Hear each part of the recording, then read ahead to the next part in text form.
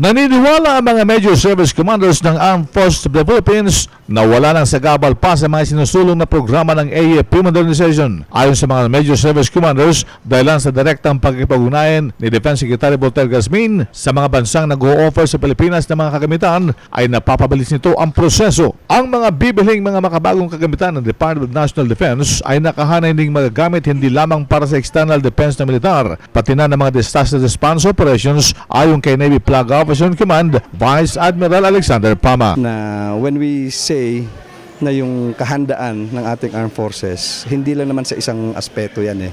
Hindi lang sa aspeto ng, sabi nga is, the balance should always be with the moral and welfare and mission accomplishment. Si Vice Admiral Alexander Pama, ayon naman kay Army Chief Lieutenant General Emmanuel Bautista, dapat hindi lamang sa mga modernong kagamitan natin i-focus ang modernisasyon, kinakailangan ding baguhin ng ating pagkatao. Respeto sa human rights at sa rule of law, pagiging non-partisan, yun ang mga elemento ng professionalism na pwede natin gawin ngayon at pwede tayo mag-modernize individually as a person ngayon, habang ang ating mga kagamitan ay parating na.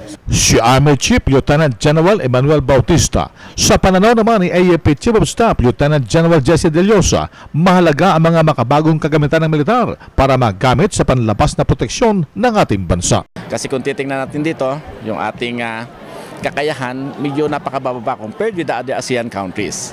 Kaya yun isang ginawa namin priority to, yung modernization, so that we can actually perform our mandate to protect the sovereignty of the state and our people.